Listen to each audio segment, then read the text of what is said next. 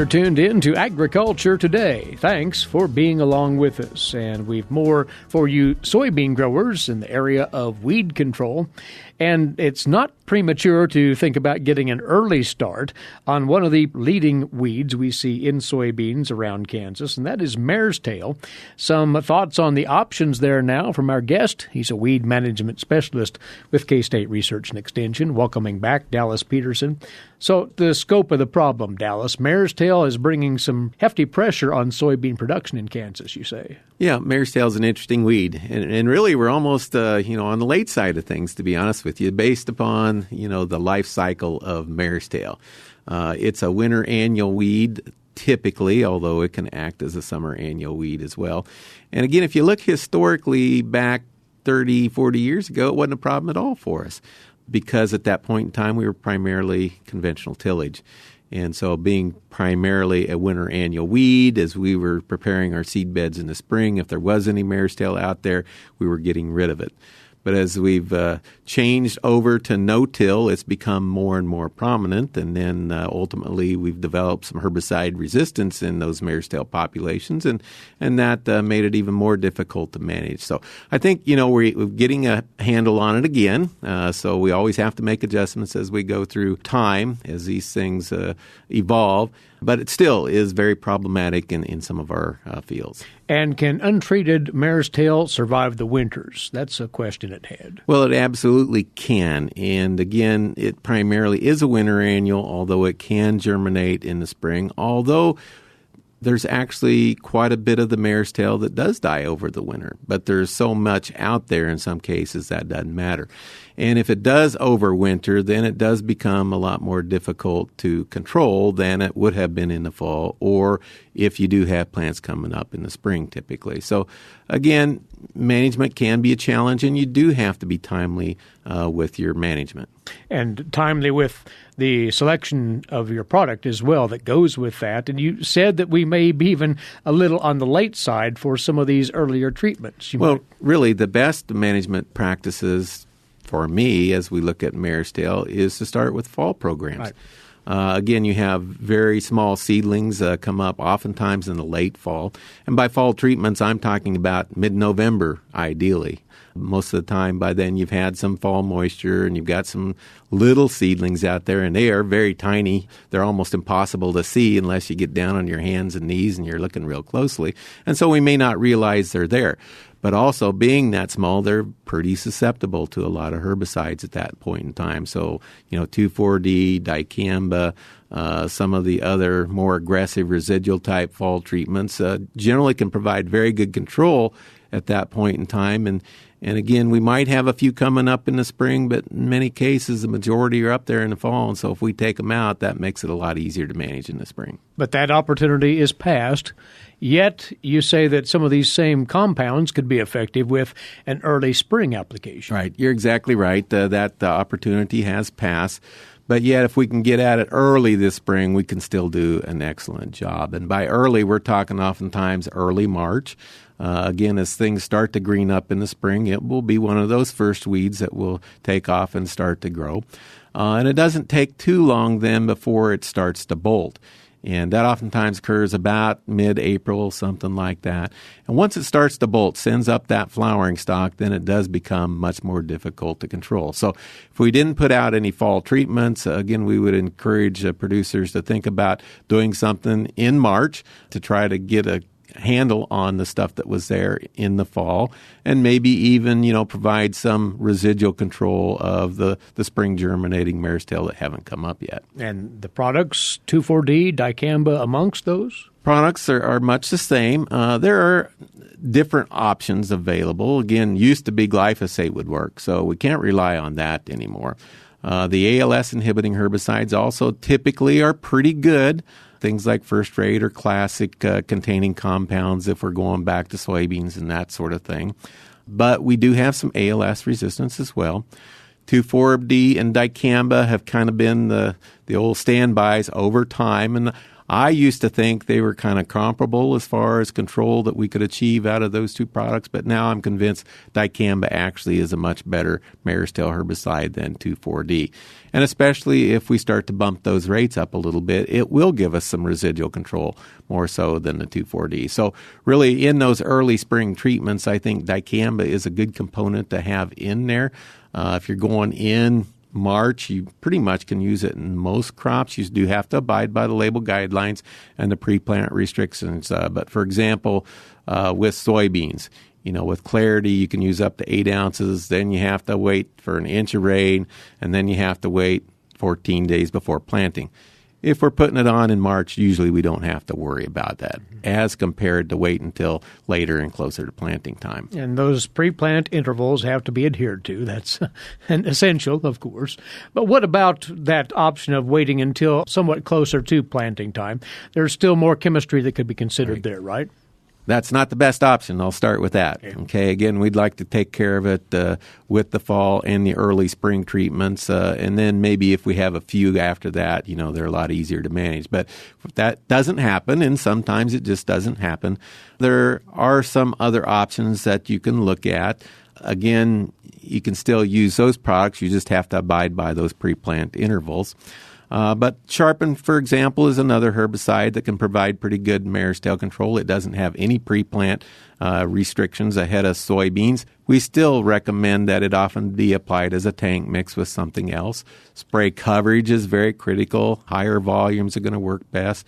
It needs to be applied with methylated seed oil. So there are some very important application guidelines to maximize its performance.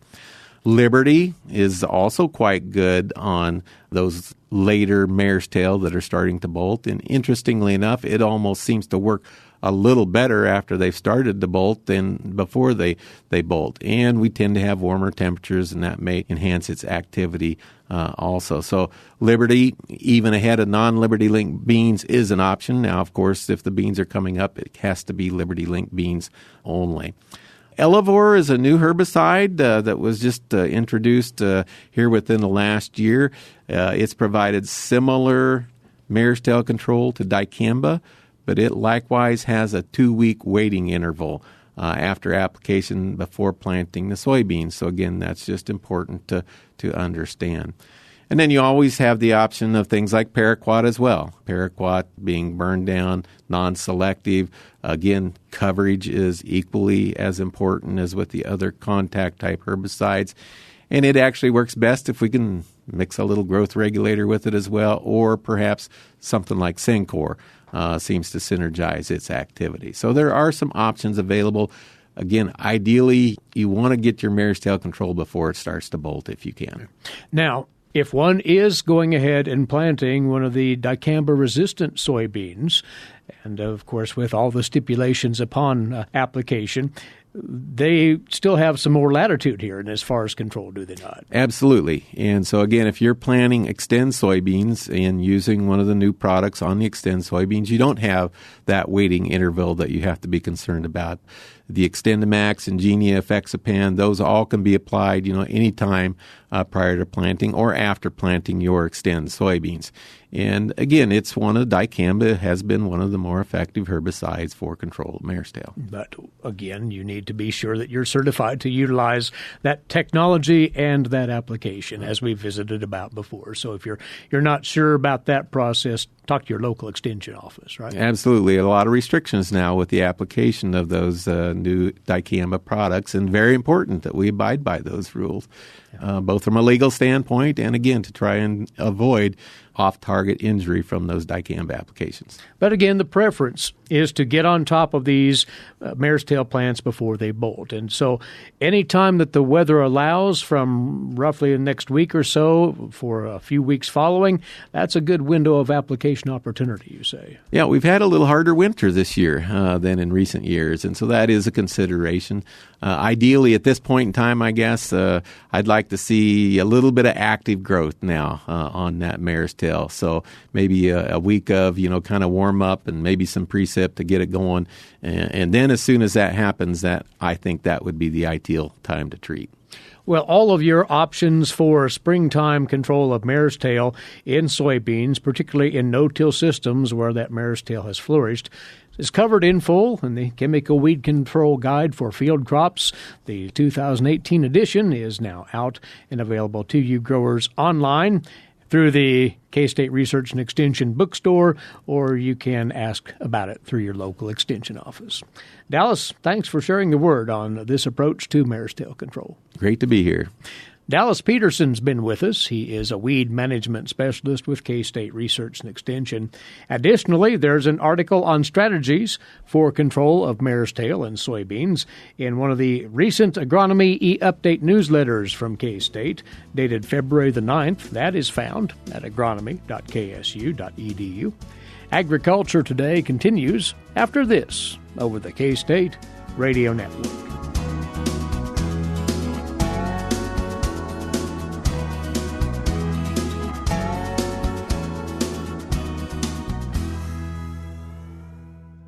Agriculture and food systems are the main drivers of the Kansas economy, but must be improved in order to feed the world's growing population.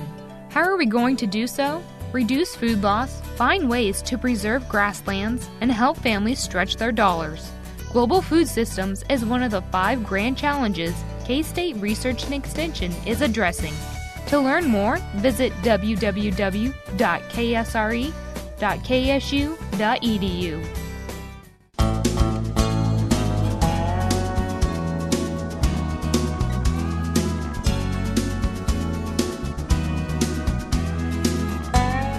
This is the K-State Radio Network and Agriculture Today.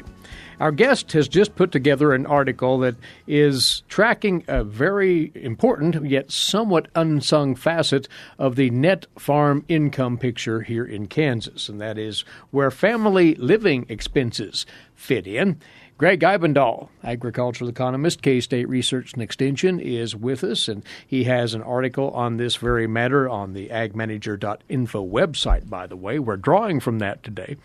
Yes, family living expenses are part of the picture, although when we get into the costs and returns of crop and livestock production, they sometimes get shoved to the back a bit, Greg.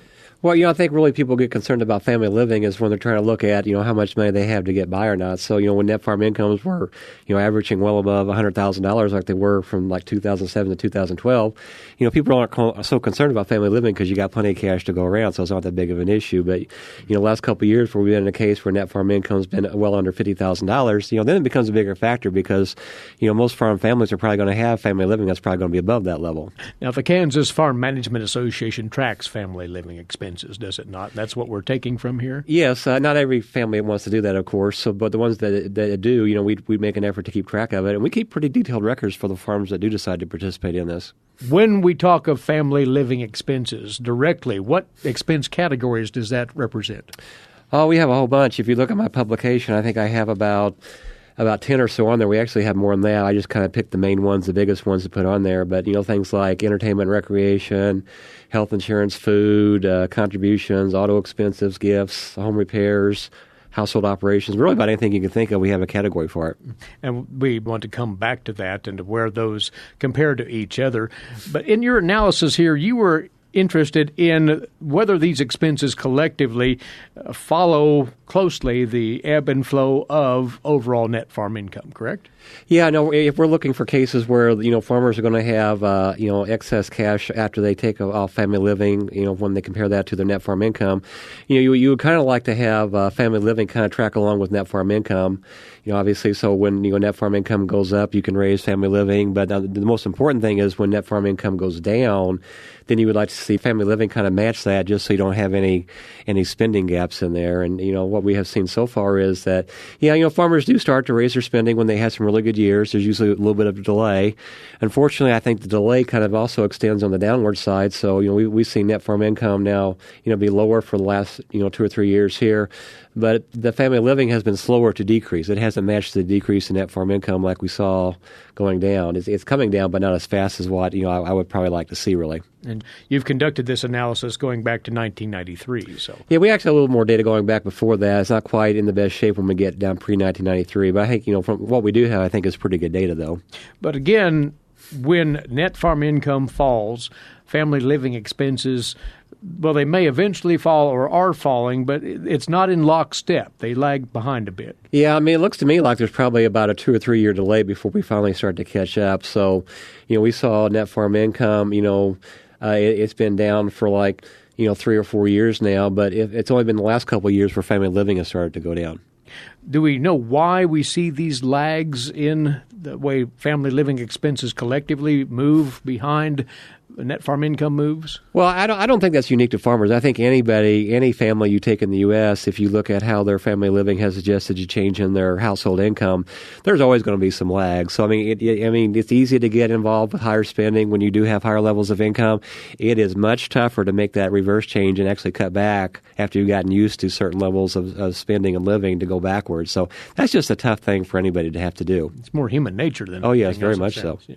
You mentioned those categories that make up family living expenses. Do we see variations there as far as the movement of those expenses? Yeah, I think farmers, they figure out they're going to need to control their family living expenses, and they make concessions to try to get that down.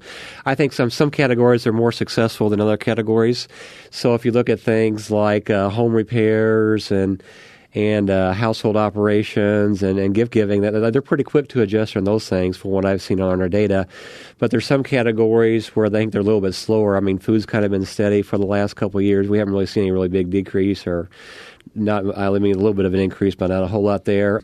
Entertainment and recreation, that came down a little bit, but that's kind of actually holding steady. That's probably the one area. That's actually our most expensive family living item is our entertainment and recreation category. And that has kind of leveled off, but it hasn't dropped as much as some of the categories. And then probably the big one in there is actually the health insurance side. It has pretty much shown a steady increase all the way back from 1993. At one time, health insurance used to be like middle of the pack when it came to expense categories. In real dollar terms, it amounted to about $3,500 per year back in 1993. Well, now the medical insurance category is actually our second biggest expense, and it's about $9,500 per year. So that category has really increased, and that's the one thing that concerns me because I think while farmers can make they can make some concessions on those other expense categories, it's going to be a tough road to get that medical insurance down. Mm-hmm. And that is really the main constant here, the one that seems to just keep going up, unabated, if you will. Yeah, and I'm not sure farmers really have a whole lot they can do there. There's probably some shopping around they can do, but, in a lot of cases, if you're looking for things on the healthcare exchange, a lot of cases there's not too many options there. So I'm not really for sure how much options farmers have in the way of health insurance. Yeah. As you churn through the data and look at the charts you put together, you do take express note, you say, Gregg, in how food expenses compare to those entertainment and recreation expenses. Yeah, if you go back and look at our historical numbers for the entertainment and recreation, so it was about $6,000 in 1993, and now it's about $11,000. So that's almost doubled during that time frame, whereas food has been, started at $8,000, which is actually higher than the entertainment back then. But it hasn't really gone up so much. It's still below $9,000 now. So to me, that says that farmers are kind of making a trade-off there with entertainment and recreation and food. So normally you would expect food to be a little higher, but what I think has been happening is I think farmers probably have been going out and eating more. That's how come the food numbers have stayed fairly low, whereas the entertainment and recreation has gone up. So I would suspect, and again, this is just purely my hypothesis, is that that farmers have taken advantage of higher net farm incomes and used that to go out and eat more at restaurants than what they did in the past. It's a signal of potential adjustment in that respect then, as the times are not so lucrative in farm country right now. Yes, I would think so. Well, noting the 2017 numbers from the Farm Management Association are not in yet. They will be later this spring when all of that data is collected. What is this saying to farm families, presuming that incomes are still tight, about managing their family living expenses then? Well, sooner or later, so we've had a couple of years now where net farm income has been below the average family living amount. So, if anytime you have a situation like that, you're going to be having to pull cash somewhere to meet that shortfall. So I think a lot of farmers have been dragging down their savings, maybe running up some credit card bills, that kind of thing. There's only so long you can do that kind of thing. Eventually, you're going to have to make family living kind of meet with what your household income is. So, farmers are going to have to work on that, I think, if they want to be viable going forward. And the one thing that may jump out in that regard, that category, entertainment and recreation, again, that's one of the leading categories. So if sacrifices are to be made, that may be one such area. Yeah, I hate to tell farmers they can't entertain and recreate anymore. Obviously everyone needs to do some of that. But again, if you just look at our numbers, it's the biggest expense category. It's about $11,000 per year. So, if I was looking for some places to cut, I think I'd have to look pretty hard at that area. Yeah.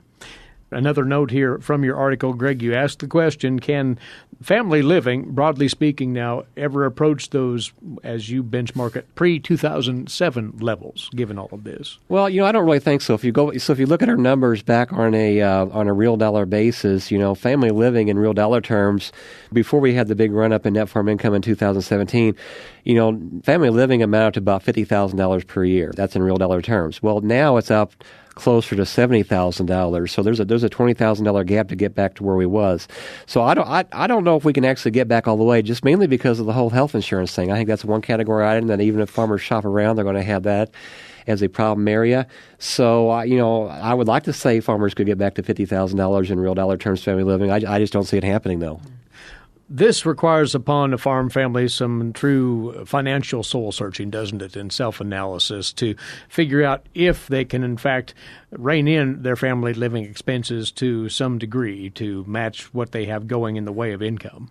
Yeah, those are the hard conversations to have around the dining room table with your family, is saying, what are we going to cut to get through this year? You hate to have those conversations, but there are years you have to do that kind of thing. And this may well be one of those years. This article, it's on Ag Manager. You'd like folks to have a look at it and check out those charts that give a good feel for what this is all about?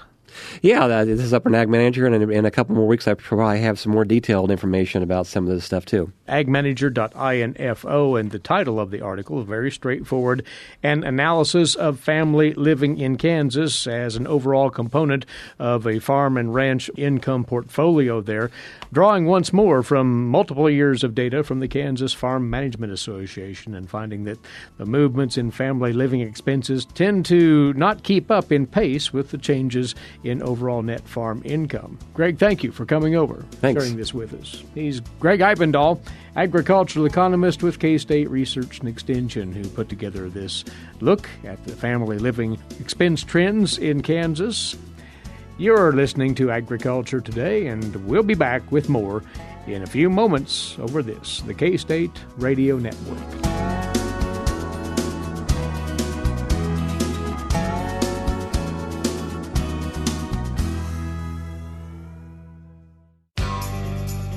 Did you know every Kansas farmer feeds 128 plus people? Kansas farmers are hard workers, dependable, authentic, and sensitive. Not only do farmers put food on your table, but they put clothes on your back and fuel in your car. For more information about Kansas farmers, visit K-State Research and Extension online or stop by your local extension office. This message has been brought to you by the K-State Animal Sciences Leadership Academy participants.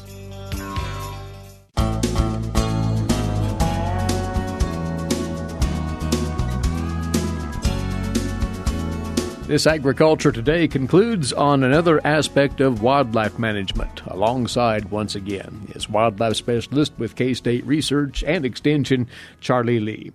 Charlie, you bring to us this week a report on a study which was conducted in the state of Oklahoma. It was recently published, and it took a look at the activity of hawks and other raptors following a prescribed burn, which, of course, is conducted routinely here in the state of Kansas.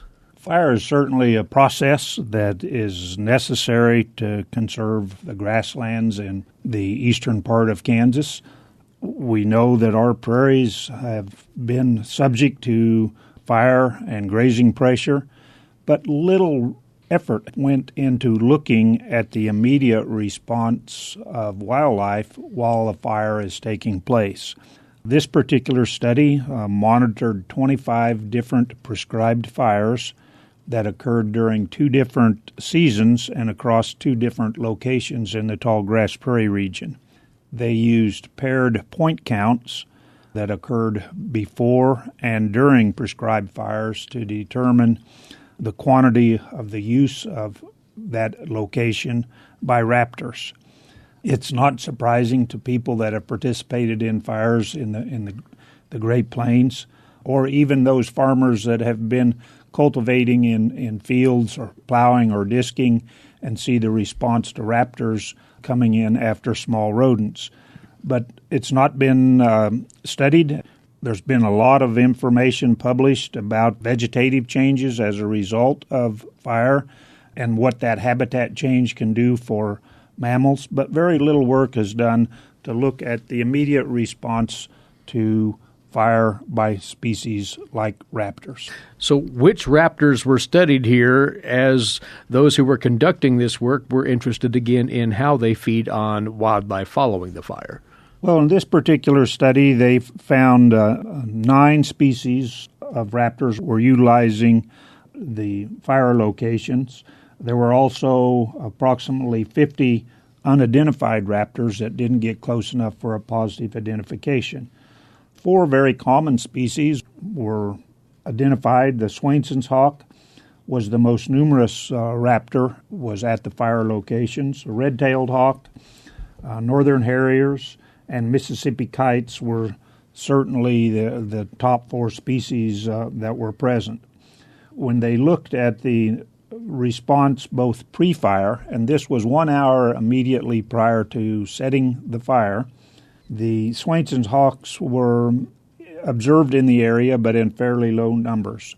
After the backfire and the fire area was ringed and the head fire was going, then those Swainson hawks increased 7-fold. So certainly a very positive, and in this case, a significant increase in the response from Swainson's hawks. Red-tailed hawks also increased by a factor of 2, but that was not significant. Mississippi kites were another species that increased in number, but only 1 was observed pre-count. 30 were observed during the fire.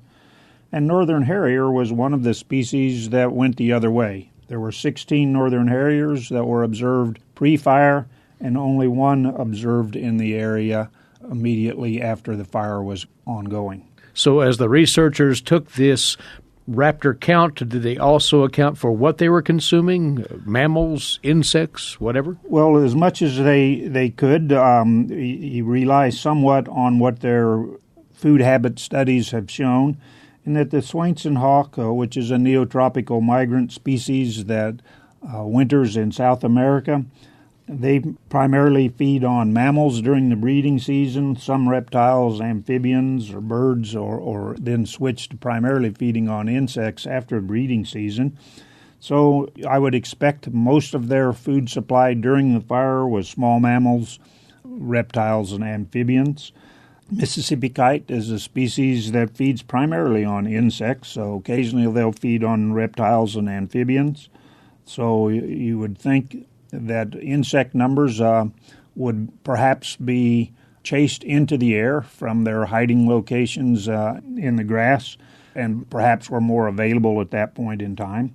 Red-tailed hawks will feed almost exclusively on small mammals, voles, mice, rats. Occasionally will take reptiles or birds, so I'm sure those were more readily available, either as a result of a fire mortality or perhaps injured, or simply chased out of their normal habitat and were more widely available to the predators. Northern harriers occasionally will feed on small mammals, reptiles, birds. They're a species that actually relies on hearing to hunt, one of the few hawks that rely on hearing to help them hunt. Species that flies very low over the grasslands, listening for prey. I would suspect that perhaps there may be some noise relationship there, and northern harriers were not able to do as good a job of hunting compared to some of the other hawks that hunt with visual senses. Now, these were presumably short-term hikes in the hawk count, were they not? They don't stick around for an extended time after these fires. Well, that wasn't part of the data collection or analysis, but my guess is that, yes, then when we have fires in a location, these raptors are probably queuing on the smoke plume, come from long distances into that particular area specific for the food resources that is now available, and probably then disperse more widely immediately after the fire is over or within a short period of time. But again, that wasn't part of this particular study. They did document 528 raptors throughout that 25 fires, so you can see what this is, about 20 raptors per fire. Certainly, it's worthy of collecting more information about other species. Perhaps other species are attracted to those locations during the nocturnal hour. It might be interesting to look at the predators or scavengers that are on the ground to see if they increase in numbers immediately post-fire as well. We would have things that can travel fairly large distances like coyotes that perhaps would increase as well. But again, I've not seen any studies that looked at that. Well, it's interesting work in that this is one of the first times that the response of raptors to prescribed fire has been documented. Charlie, thanks for bringing this to our attention today. He's a wildlife specialist with K-State Research and Extension. Charlie Lee. Our time's away for today, as always. Thanks for listening in. Eric Atkinson here. This has been Agriculture Today over the K-State Radio Network.